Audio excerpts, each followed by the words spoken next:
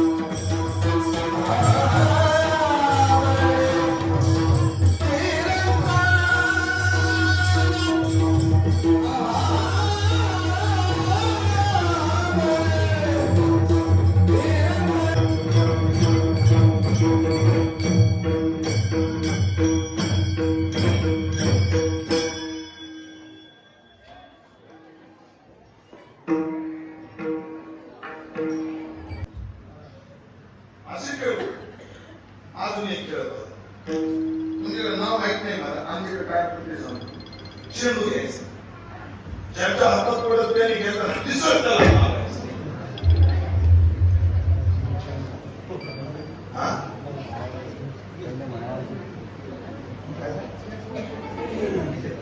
शेपा शेपी आमच्याकडे खेळ त्याला खांबा फुटी म्हणतो आम्ही.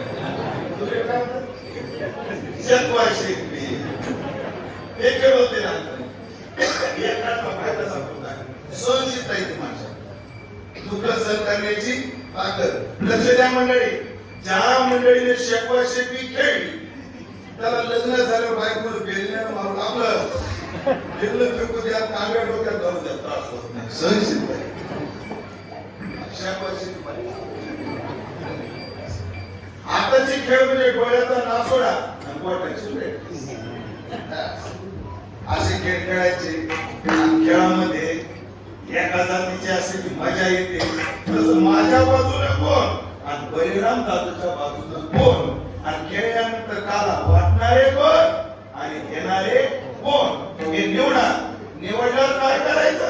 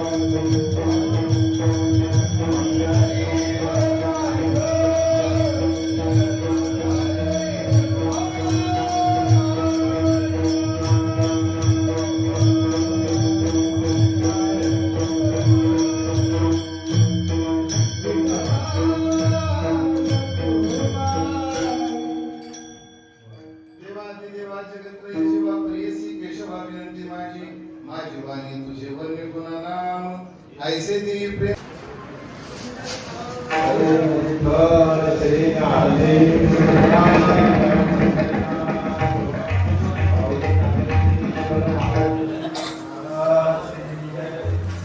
खरंच या गावाला मानलं पाहिजे. माझ्या लांबी रुंदीचा विचार कुठून आला.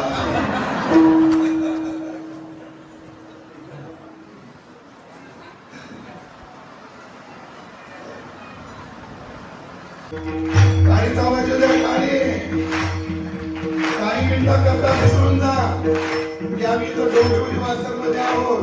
सगळ्यांनी मनामध्ये एवढंच जाणार की आता आम्ही गोकुळात आहोत आणि भगवान कृष्णाचा जन्मोत्सव साजरा करतो आहोत.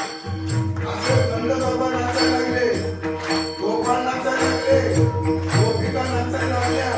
कैलास पर्वतावर भगवान शिवचा आनंद झाला. ते तिथे तांडव करायला लागले. इकडे सत्यलोकात ब्रह्मदेव स्वर्गात अप्सरा नाचू लागल्या, आतुमूर्ती नाचू लागल्या. परिवारासहित स्वर्गीच्या अप्सरा नाचली. सुंदर नाचणं चालू होतं. चांगले दुपारी 2 वाजेपर्यंत नाचले. पण गोपाळांना जेवायला किती सुरू नाचायची. त्याने प्रपंचाला पुनवलं लय वाढवा.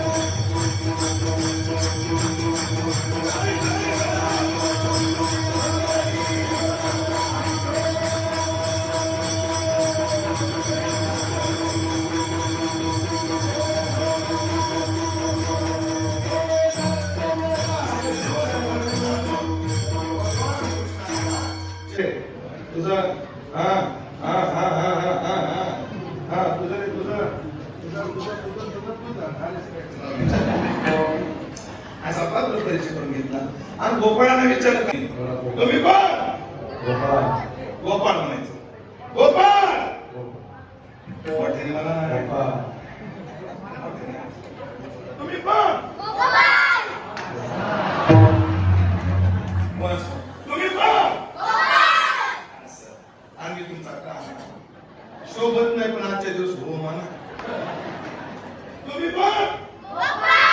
मी कोण? आणि मी आज तुम्हाला काय शिकवलं? मला धंदा काय आणि भगवंतानं चोरीचा क्लास चालू केला. हे मी गोपाळांनो म्हणजे की मोठ्याने हो म्हणायचं तुम्ही. हा गोपाळांनो हो मोठ्याने गोपाळांनो असंच म्हणायचं. बॅटरी उतरू द्यायची नाही. फक्त 5 मिनिटं द्या मला. गोपाळांनो चोरीचा पाहिजे. चोरीला जाताना ढिले कपडे घालून जायचे. तो चोरीला निघाला धोतर नेसून आणि पळता पळता कशा गुंतलं. धोतर नेसून चोऱ्या करणं सोपं नाही. असे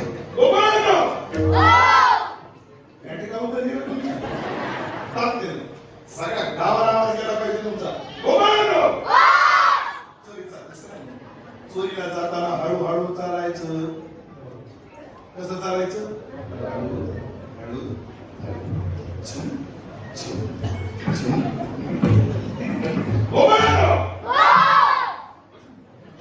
चोरीचा दुसरा नियम. चोरीला जाताना कोणी कोणाशी बोलायचं नाही. बोलायची वेळ आली कसं बोलायचं?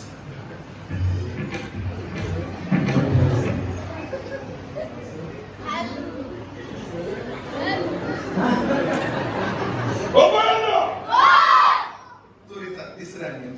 चोरीला जाताना असं गावठाणाचं नाही, असं तुटत घर पाहिजे. घर पाहून एकांताची. सगळ्यात महत्वाचा नियम. चोरीला जाताना त्याच घरात जायचं जिथं माल आहे. नाही तर जातात प्रधानमंत्री आवास योजने अंतर्गत सावध सावध गोपाळ सावध गोपाळ. चोरीचे नियम लक्षात आले का? हो म्हणायचे रे. चोरीचे नियम लक्षात आले का? चोरीला जाताना हळूहळू चालायचं असतं. लक्षात आलं? चोरीला जाताना कोणी कोणाशी बोलायचं नसतं. लक्षात आलं? चोरीला जाताना एकांतातलं घर पाहायचं असतं. लक्षात आलं?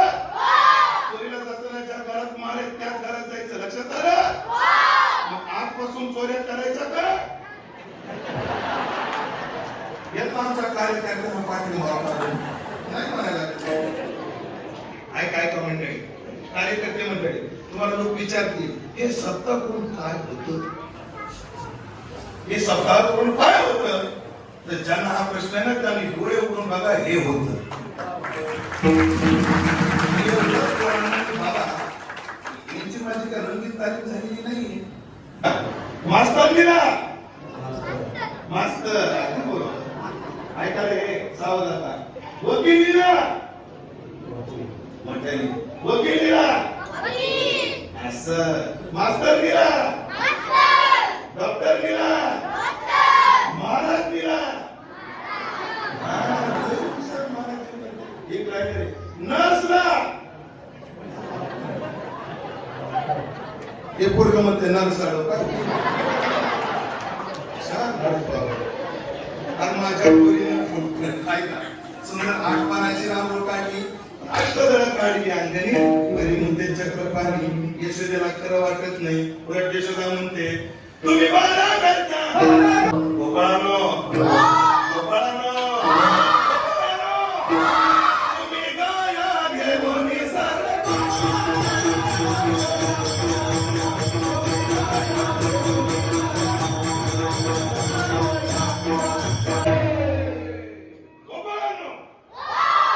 थोडी ताकद कमी पडायला लागली, थोडी. गोपाळानो धन्यवाद, आपापल्या जागेचा. ज्ञानेश्वर महाराज